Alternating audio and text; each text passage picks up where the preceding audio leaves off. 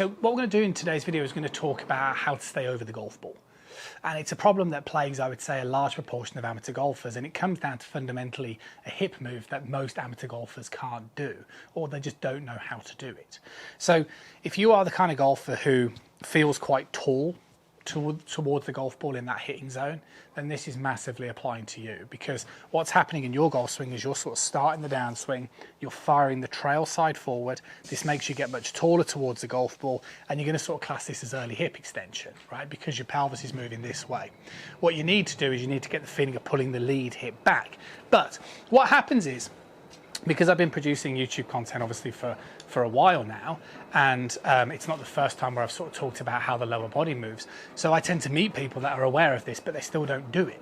And one of the reasons why is because they underestimate, I think, how much we mean by left hip back. So if I sort of swing up to the top of my backswing and I pull the lead hip back to initiate the downswing, that's fine. But equally, you know, if I sort of hit the golf ball from this position, I'm still going to be quite tall towards the ball. So the next phase is to sort of practice, keep moving this hip back. So, excuse me, but it's a better visual. So if we sort of drew a line here on my left ankle, I'd swing back, and as I start my downswing, I'd pull my left hip back while shifting the weight onto my left.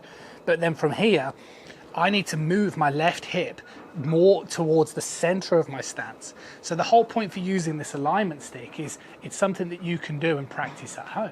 So what I get a lot of my students to do when they come here for a lesson is sort of, once they've sort of started this downswing, so the weight's on the left, what I get them to do is, using the wall behind them or using a wall at home, is to try and get this moving in towards the center of the stance.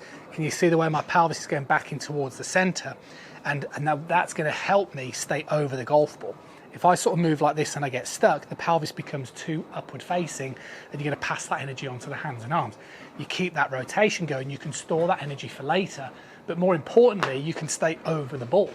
So as I sort of hit a few shots here, like so, right, and I'm just going to really sort of exaggerate it, what you can see is it's not like I'm just forcing my upper body over the ball, right, like so, and, you know, I'm rotating, okay, like so, and then that gives me this ability to be able to stay very low towards the ground. And the benefit of that is it means the lower I stay to the ground, the more I can hold onto my shaft lead, right? So I can kind of go more this way.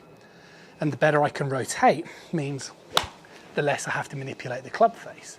And these are the great sort of drills that you need to be working on, the sort of feelings you need to be incorporating. Because if you're somebody who just stands down the range hitting balls doing the same sort of thing, then you're going to get really similar results. And that's the big thing that you need to be careful of. So it's not a case of here or starting the downswing and then you've got to learn to come back. And that's why that's a really good drill.